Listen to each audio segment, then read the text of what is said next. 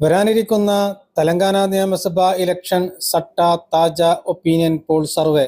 സംസ്ഥാനത്തെ പ്രധാന പ്രാദേശിക പാർട്ടിയായ BRSഉം കോൺഗ്രസുമാണ് പ്രധാനമായും മത്സരരംഗത്തുള്ളത്.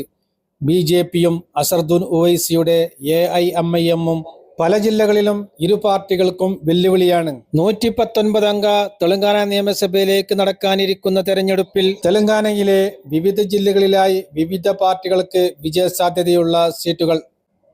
ആദ്യം നോക്കുന്ന ജില്ല മെഹബൂബാബാദ് ആണ്. മെഹബൂബാബാദ് ജില്ലയിൽ 2 സീറ്റുകളാണുള്ളത്.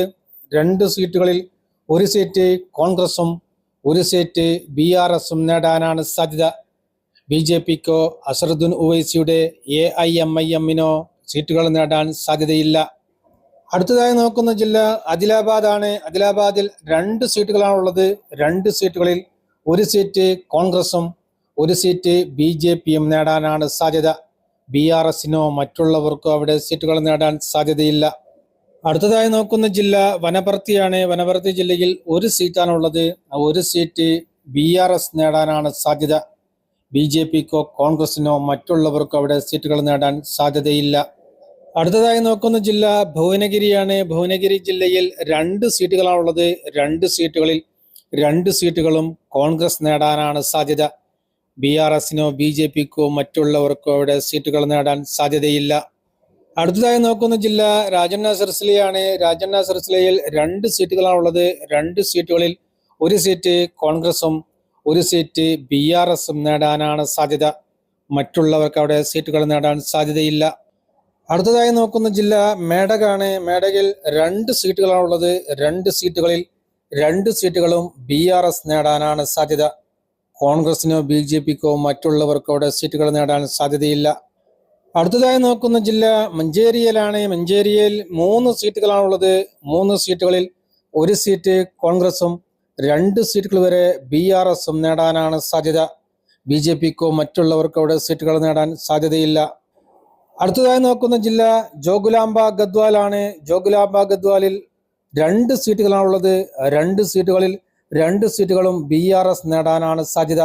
കോൺഗ്രസിനോ BJPക്കോ മറ്റുള്ളവർക്ക് അവിടെ സീറ്റുകൾ നേടാൻ സാധ്യതയില്ല. അടുത്തതായി നോക്കുന്ന ജില്ല കൊമരംഭീം ആസിയാബാദ് ആണ്. കൊമരംഭീം ആസിയാബാദിൽ 2 സീറ്റുകളാണുള്ളത്. 2 സീറ്റുകളിൽ ഒരു സീറ്റ് കോൺഗ്രസും ഒരു സീറ്റ് BRSഉം നേടാനാണ് സാധ്യത. അടുത്തതായി നോക്കുന്ന ജില്ല നാഗർ കുർനൂൽ ആണ്. നാഗർ കുർനൂലിൽ 3 സീറ്റുകളാണുള്ളത്. 3 സീറ്റുകളിൽ ഒരു സീറ്റ് കോൺഗ്രസും 2 സീറ്റുകൾ വരെ BRSഉം നേടാനാണ് സാധ്യത. അടുത്തതായി നോക്കുന്ന ജില്ല കാമറഡ്ഡിയാണ്. കാമറഡ്ഡി ജില്ലയിൽ 3 സീറ്റുകളാണുള്ളത്. 3 സീറ്റുകളിൽ ഒരു സീറ്റ് BRSഉം 2 സീറ്റുകൾ വരെ BJPയും നേടാനാണ് സാധ്യത. കോൺഗ്രസിനോ മറ്റുള്ളവർക്കോ അവിടെ സീറ്റുകൾ നേടാൻ സാധ്യതയില്ല. അടുത്തതായി നോക്കുന്ന ജില്ല ജഗത്യാലയാണ്. ജഗത്യാലയിൽ 3 സീറ്റുകളാണുള്ളത്. 3 സീറ്റുകളിൽ ഒരു സീറ്റ് കോൺഗ്രസും 2 സീറ്റുകൾ വരെ BRSഉം നേടാനാണ് സാധ്യത.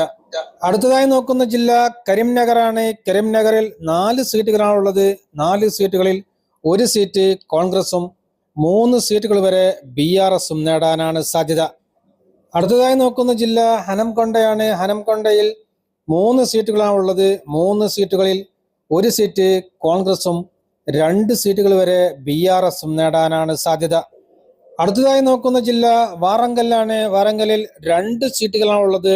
2 സീറ്റുകളിൽ ഒരു സീറ്റ് കോൺഗ്രസും ഒരു സീറ്റ് BRSഉം നേടാനാണ് സാധ്യത. അടുത്തതായി നോക്കുന്ന ജില്ല ജയശങ്കർ ഭൂപൽപ്പള്ളിയാണ്. ജയശങ്കറിൽ 2 സീറ്റുകളാണുള്ളത്. 2 സീറ്റുകളിൽ ഒരു സീറ്റ് കോൺഗ്രസും ഒരു സീറ്റ് BRSഉം നേടാനാണ് സാധ്യത. അടുത്തതായി നോക്കുന്ന ജില്ല നിർമ്മലാണ്. നിർമ്മലിൽ 3 സീറ്റുകളാണുള്ളത്. 3 സീറ്റുകളിൽ 2 സീറ്റുകൾ വരെ BRSഉം ഒരു സീറ്റ് BJPയും നേടാനാണ് സാധ്യത. കോൺഗ്രസിനോ മറ്റുള്ളവർക്കോ അവിടെ സീറ്റുകൾ നേടാൻ സാധ്യതയില്ല. അടുത്തതായി നോക്കുന്ന ജില്ല പെద్దപ്പള്ളിയാണ്. പെద్దപ്പള്ളിയിൽ 3 സീറ്റുകളാണുള്ളത്. 3 സീറ്റുകളിൽ 2 സീറ്റുകൾ വരെ കോൺഗ്രസും ഒരു സീറ്റ് BRSഉം നേടാനാണ് സാധ്യത. അടുത്തതായി നോക്കുന്ന ജില്ല സിദ്ദിപേട്ടാണ്. സിദ്ദിപേട്ടയിൽ 4 സീറ്റുകളാണുള്ളത്. 4 സീറ്റുകളിൽ ഒരു സീറ്റ് കോൺഗ്രസും 3 സീറ്റുകൾ വരെ BRSഉം നേടാനാണ് സാധ്യത. അടുത്തതായി നോക്കുന്ന ജില്ല ഖമ്മം ജില്ലയാണ്. ഖമ്മം ജില്ലയിൽ 5 സീറ്റുകളാണുള്ളത്. 5 സീറ്റുകളിൽ 4 സീറ്റുകൾ വരെ കോൺഗ്രസും ഒരു സീറ്റ് BRSും നേടാനാണ് സാധ്യത. അടുത്തതായി നോക്കുന്ന ജില്ല ജൻഗാമാണ്. ജൻഗാം ജില്ലയിൽ 3 സീറ്റുകളാണ് ഉള്ളത്. 3 സീറ്റുകളിൽ ഒരു സീറ്റ് കോൺഗ്രസും 2 സീറ്റുകൾ വരെ BRSും നേടാനാണ് സാധ്യത. അടുത്തതായി നോക്കുന്ന ജില്ല സൂര്യപേട്ടാണ്. സൂര്യപേട്ടിൽ 4 സീറ്റുകളാണ് ഉള്ളത്. 4 സീറ്റുകളിൽ 2 സീറ്റുകൾ വരെ കോൺഗ്രസും ഒരു സീറ്റ് BRSും ഒരു സീറ്റ് BJPയും നേടാനാണ് സാധ്യത. അടുത്തതായി നോക്കുന്ന ജില്ല വികാരാബാദ് ആണ്. വികാരാബാദിൽ 4 സീറ്റുകളാണ് ഉള്ളത്. 4 സീറ്റുകളിൽ ഒരു സീറ്റ് കോൺഗ്രസും 3 സീറ്റുകൾ വരെ BRSും നേടാനാണ് സാധ്യത. അടുത്തതായി നോക്കുന്ന ജില്ല നൽഗോണ്ടയാണ്. നൽഗോണ്ടയിൽ 6 സീറ്റുകളാണുള്ളത്. 6 സീറ്റുകളിൽ 4 സീറ്റുകൾ വരെ കോൺഗ്രസും 2 സീറ്റുകൾ വരെ BRSും നേടാനാണ് സാധ്യത. അടുത്തതായി നോക്കുന്ന ജില്ല ഭദ്രാദ്രി കൊത്തകുണ്ടമാണ്. ഭദ്രാദ്രിയിൽ 5 സീറ്റുകളാണുള്ളത്. 5 സീറ്റുകളിൽ ഒരു സീറ്റ് കോൺഗ്രസും 4 സീറ്റുകൾ വരെ BRSും നേടാനാണ് സാധ്യത. അടുത്തതായി നോക്കുന്ന ജില്ല മെഹബൂബ് നഗർ ആണ്. മെഹബൂബ് നഗറിൽ 5 സീറ്റുകളാണുള്ളത്. 5 സീറ്റുകളിൽ 2 സീറ്റുകൾ വരെ കോൺഗ്രസും 3 സീറ്റുകൾ വരെ BRSും നേടാനാണ് സാധ്യത. അടുത്തതായി നോക്കുന്ന ജില്ല രംഗറെഡ്ഡി ജില്ലയാണ്. രംഗറെഡ്ഡി ജില്ലയിൽ 8 സീറ്റുകളാണുള്ളത്.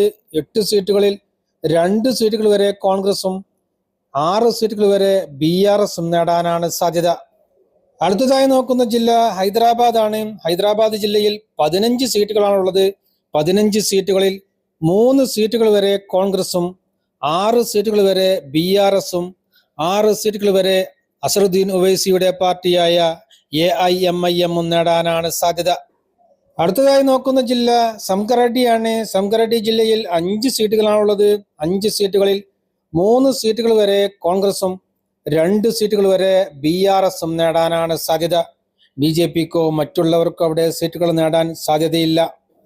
അടുത്തതായി നോക്കുന്ന ജില്ല നിസാമാബാദ് ആണ്. നിസാമാബാദിൽ 6 സീറ്റുകളാണുള്ളത്. 6 സീറ്റുകളിൽ 2 സീറ്റുകൾ വരെ കോൺഗ്രസും 4 സീറ്റുകൾ വരെ BRSും നേടാനാണ് സാധ്യത. BJPക്കോ മറ്റുള്ളവർക്കോ അവിടെയും സീറ്റുകൾ നേടാൻ സാധ്യതയില്ല.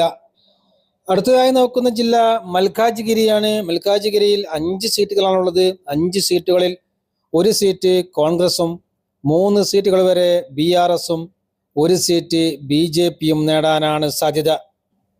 തെലങ്കാന നിയമസഭയിലെ ആകെയുള്ള 119 സീറ്റുകളിൽ 42 സീറ്റുകൾ വരെ കോൺഗ്രസും 65 സീറ്റുകൾ വരെ BRSും 6 സീറ്റുകൾ വരെ BJPയും 6 സീറ്റുകൾ വരെ അസദുദ്ദീൻ ഉവൈസിയുടെ പാർട്ടിയായ AIMIMഉം നേടാനാണ് സാധ്യത.